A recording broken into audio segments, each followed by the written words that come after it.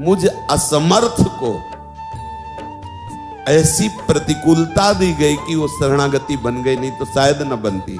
एक होती वाणी से शरणागति कहना और एक होता शरणागति वास्तविक हो जाना।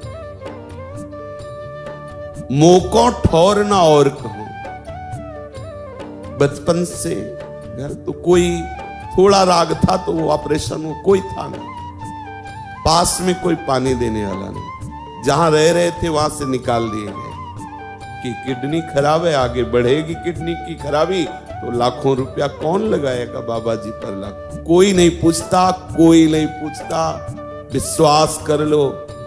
माइक से इसीलिए बार बार कहते कि तुम्हें अगर लग रहा हो कि तुम्हारी भैया और भाभी और मौसी और जीजा तुम्हें प्यार करते तो भूल जाना, कोई नहीं कर रहा। जब ये सबने जान लिया कि ये तो बाबा जी किसी काम का नहीं, तो कोई देखने नहीं आने लगे, कोई नहीं। 20 वर्ष से बाबा जी तो कोई नहीं, कोई पानी देने वाला नहीं, जहां रह रहे थे वहां से निकाल दिए गए। अब बोलो, 1 रुपया नहीं, कोई ठौर नहीं, कहीं रहने की व्यवस्था नहीं, कोई प्रेम से बोलने वाला नहीं। अगर जिनको समझते थे कि ये थोड़ा तो जब उनके पास खड़े हो तो पीठ कर लेते थे, ये सब देखा है। तब क्या हुआ, बचा खुचा अहंकार था, सब मिटिया मेट हो गया। अब लगा कि असलियत से हुआ कि लाडली अब आपकी सिवा कोई नहीं। ये जो आप देख रहे हो ना, ये केवल गोरे चरण अरविंद का प्रताप है। मांगने से भी कोई 100 रुपया नहीं देता, आप ये मत समझ, यहां किसी से कभी कहा नहीं जाता। इस शरीर का जब ये रोग बढ़ा, अल्ट्रासाउंड कराने के लिए बात आई तो 250 रुपया उस समय लगते थे। एक संत ले गए एक संत के पास ही, बोले संत सेवा करते हैं, आपके अल्ट्रासाउंड के लिए 250 रुपया दे देंगे। गए तुम, जैसे किसी मुजरिम से बात की जाती है ना, कोई ऑफिसर बात करता है, दिखाइए कागज दिखाइए, कहा कैसे, सही में खराब है, सही में अल्ट्रासाउंड कराना है, रहने दीजिए। वो संत थे, उन्होंने कहा ये वैष्णव है, संत है, कोई धोखे के लिए थोड़ी कह रहे हैं हम आपके पास आए, तो आप कह रहे हैं तो हम कह रहने दीजिए, रख लीजिए।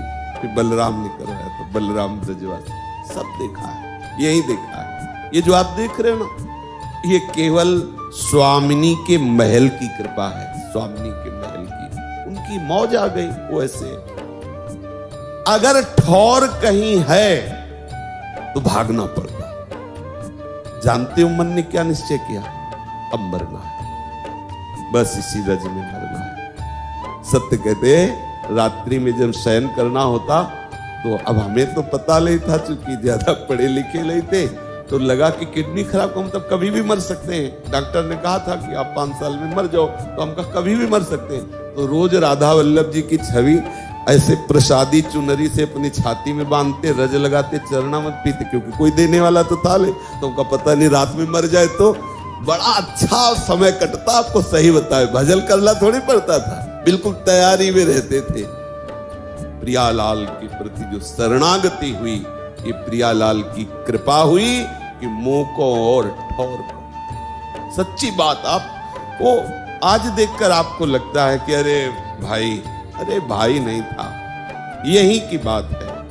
हाथ जोड़ के कह रहे थे कि महाराज जी एक कमरे में पड़े हैं, मांगने लायक नहीं रहेंगे तो कम से कम 2 टुकड़े आपके यहां से मिल जाएंगे, बीमार शरीर पड़े रहने के लिए। तो उन्होंने कहा तुम्हारे ठेकेदार हैं हम, निकलो, ऐसे ही शब्द थे। तो हमने कहा आंखें नीची करो, हम 15 मिनट में बाहर जा रहे हैं, ठेकेदार तो कोई और है, हम आपको ठेकेदार तो न माना था और न मानते हैं, ठेकेदार तो कोई और है। झोला उठाया, राधा वल्लभ जी के सामने बैठ गए कि महाराज अब कहाँ रहे, आप क्या समझते हैं?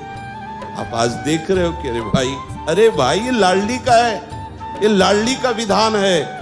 मेरी औकात तो ये थी कि भर पेट रोटी भी नहीं, वास के लिए जगह नहीं, जैसे कोई स्वान को ठोकर लगा के निकाल देता है, ऐसे निकाले मुंह को और ठोर। ये जो आप लाडली का प्यार सुनते हो ना कि मेरी लाडली जो ऐसा, ये उन्होंने किया है, मेरी सामर्थ्य नहीं थी, उन्होंने ऐसा कर दिया। हर जगह से निराश कर दिया, हर जगह से उदास कर दिया। तब एक जगह बची गोरे चरणा। लाडली लाडली, खोल दिया उन्होंने कृपा का दरवाजा। आनंद ही आनंद,